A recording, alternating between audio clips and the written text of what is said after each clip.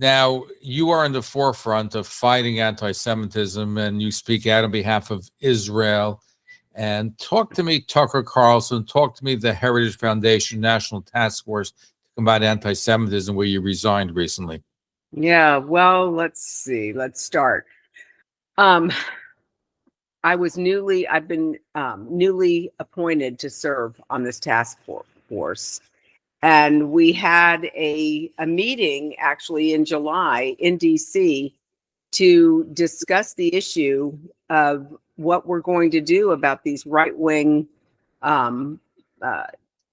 anti-Semites who are pushing this anti-Semitic view, these lies, the Jew hatred, people like Tucker Carlson, Candace Owens, Nick Fuentes, all of these people. And we met, we had our conversation. The agreement is that we were going to, start pursuing some type of program, or, but we were still, it was still the very beginning stages. So when I found out about this whole situation with Kevin Roberts with the Heritage Foundation, I, of course, was shocked and appalled. And Kevin Roberts supported, tell us what Kevin Roberts did. So Kevin Roberts, who is the president of the Heritage Foundation, he made a comment. He dismissed Tucker Carlson doing an interview with Nick Fuentes.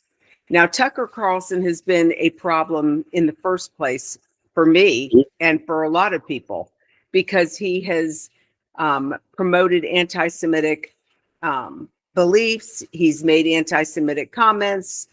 I confronted him earlier this year because of those comments, and I put out a press release, and he was at the White House. And in the press release, I basically said the Trump administration needs to tell Tucker to get out of the White House. You don't belong there. You don't share the same values as the administration.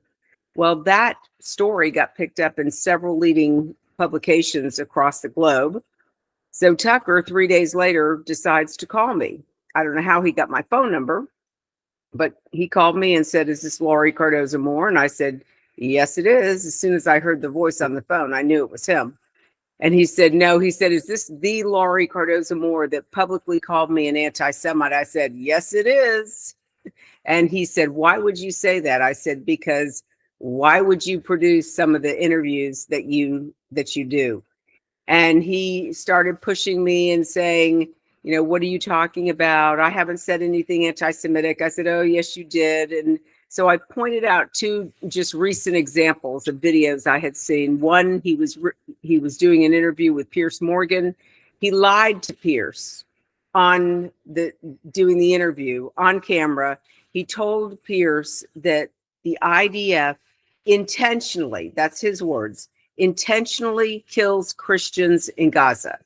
I said, "Tucker, you know that's not true. Who's the ones intentionally killing Christians in Gaza? Who's killing innocent men, women, and children? That's the Hamas MO. That's not Israel." And I said, "Then you did an interview with this fraud of a pastor named Munther Isaac from Christ at the Checkpoint, a fraud Christian organization.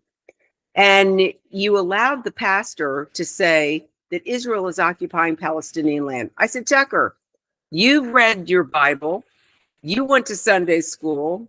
We know who God gave the land of Israel to. It wasn't to the Palestinians. It was to Israel." Well, he said, I didn't say any of those things. I said, "Yes, you did." And so he kept pushing me to send him the videos. "Show me the videos." I said, "There's your videos. Get your staff to pull them. I'm not going to send you your work." And the conversation, he wanted me to make a public apology to him.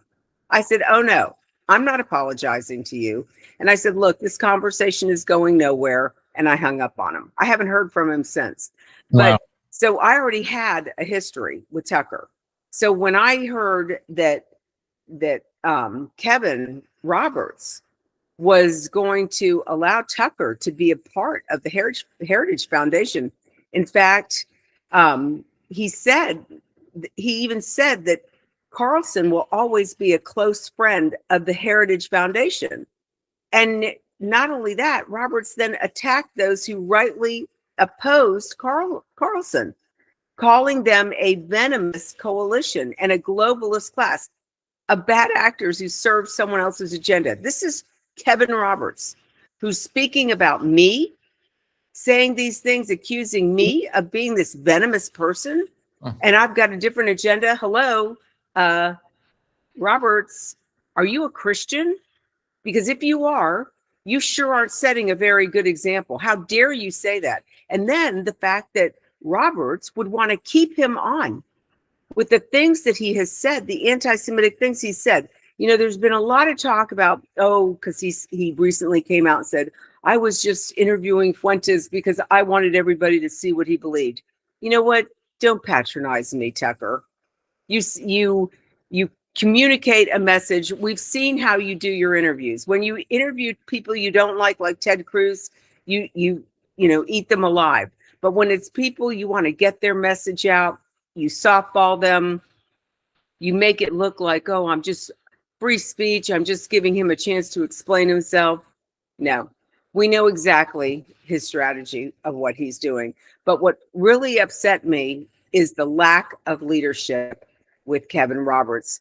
You know, the task force has pulled, task force that I was a part of for the Heritage Foundation to combat the anti-Semitism. The task force has pulled out. I resigned from the task force because Roberts would not step down. That's what I'm calling for, and I will be calling for it next week. He needs to step down, and Tucker needs to go away. Tucker doesn't represent the values of American evangelical Christians or conservative Christians. He's part of the woke right. And so he has to go. But unfortunately, Kevin Roberts doesn't see it that way. Kevin has no moral courage. Again, he's supposed to be the president of the most famous conservative think tank, the Heritage Foundation. He's supposed to set the standard. And he makes these comments and judgments against people like myself. Did he try to backtrack after this brouhaha about his comments? He apologized, but I watched. There was actually a town hall meeting with the staff at Heritage. And I saw one video clip of him. The camera was directly on him, so you could see his face and his expressions. He looked like, he was very uncomfortable because his own staff, the people that are supposed to look up to him, are confronting him. There was one gal by the name of Amy, who is a staff member of the Heritage Foundation.